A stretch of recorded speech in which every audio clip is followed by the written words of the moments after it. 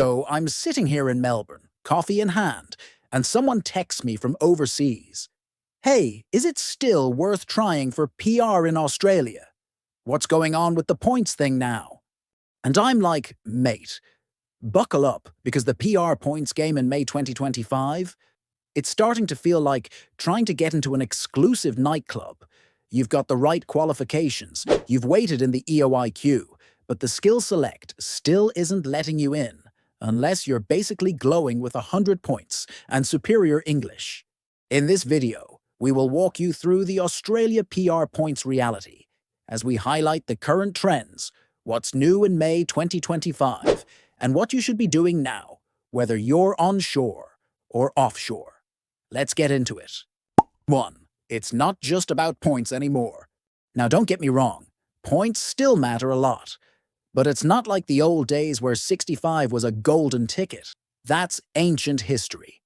In May 2025, if you're not sitting on at least 90 to 95 for most occupations, the 189 visa is just waving at you from a distance politely, like a cruise ship you just missed. And don't get me started on people waiting with 85, saying, maybe next round. Mate, maybe next decade, unless something changes. The system now is less about, do you qualify? And more about, how much do we want you, specifically? It's like Tinder, but for immigration. And guess what?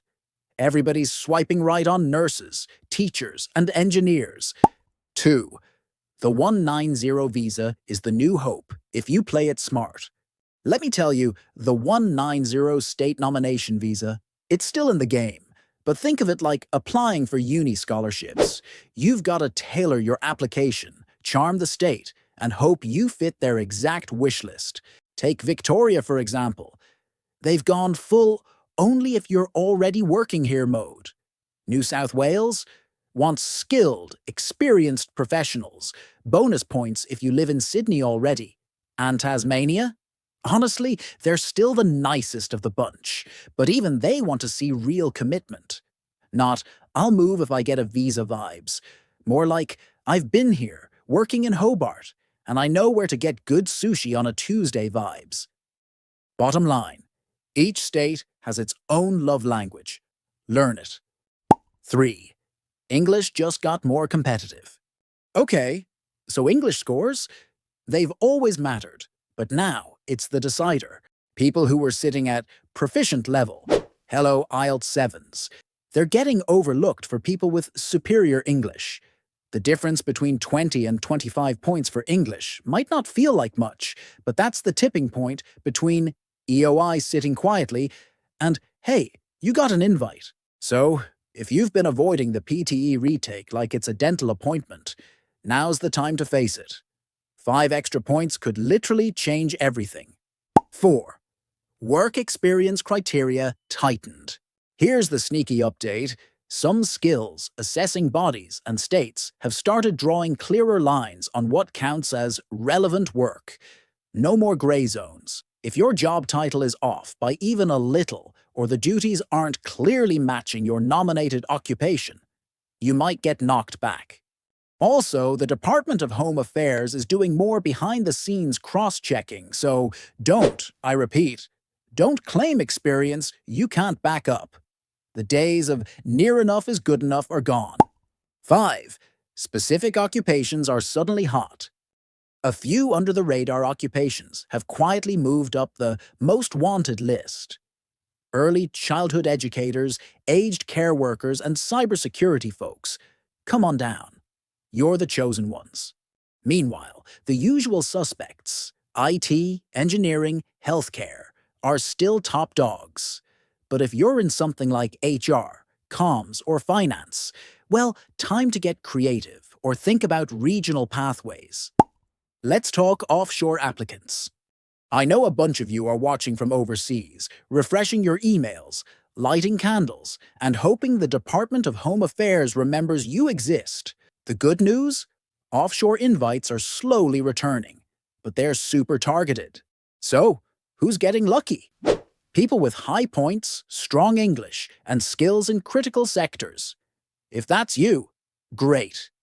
If not, maybe consider a study pathway or employer sponsorship. So, what should you be doing right now? Let's not just sit here and whine. Here's what you can actually do. Let's talk about the English test. I know, it's the last thing anyone wants to hear. You've already been through it, probably multiple times, and the idea of doing it again feels like punishment. But hear me out. If you're close to scoring superior English, even by just a hair in one section, it might be worth taking the plunge again. Those extra 5 points. They could be the difference between sitting in EOI limbo forever and finally landing that invite. It's not glamorous, and it definitely isn't fun. But it can work. Unconventional? Maybe. Effective? Absolutely. Now, let's shift gears to state nominations. A lot of people just throw their applications everywhere, hoping something sticks. That rarely works. You've got to treat it more like a relationship. Know what each state is looking for. Some care more about recent study. Others want years of experience. Some are closed altogether, while others are quietly opening the doors for very specific roles. Understanding their needs and tailoring your approach makes a huge difference. It's like going on a date and actually listening instead of talking about yourself the whole time. The more effort you put into understanding them, the more likely they are to notice you. If you've lived, worked, or studied in a regional area, that could be one of your biggest advantages right now. People often overlook this, but those experiences come with real value. The 491 visa, for example, is a pathway many dismiss because it's temporary, but it leads to permanent residency, and that's what most people are after anyway. And honestly, living in a regional place isn't the hardship people make it out to be. I spent a year in Ballarat, and it was actually lovely, peaceful, full of charm, with great food and the occasional kangaroo hopping past. Not exactly a rough life. And if you're getting close to being competitive, don't wait around hoping everything will fall into place at the last minute. It's heartbreaking when someone finally gets an invite but isn't ready. Having your documents sorted early could be what saves your application from expiring before it even begins. Think of it like being ready for a surprise celebration. You don't know when it's coming, but you want to be dressed and ready when it does. Look, the system isn't easy. It's unpredictable, often frustrating, and feels like a circus act where you're blindfolded and jumping through flaming hoops. But despite all that, people are still getting through. So it's not impossible, it's just strategy, timing, and not giving up the second things get hard. Key takeaways. Don't chase the system. Understand it and work with it. Improve what you can and let go of what you can't. And for the love of Vegemite, don't listen to that one cousin who heard from a friend that 65 points is still enough. Stay focused, stay updated, and stay caffeinated because nothing good ever comes from a tired, panicking EOI.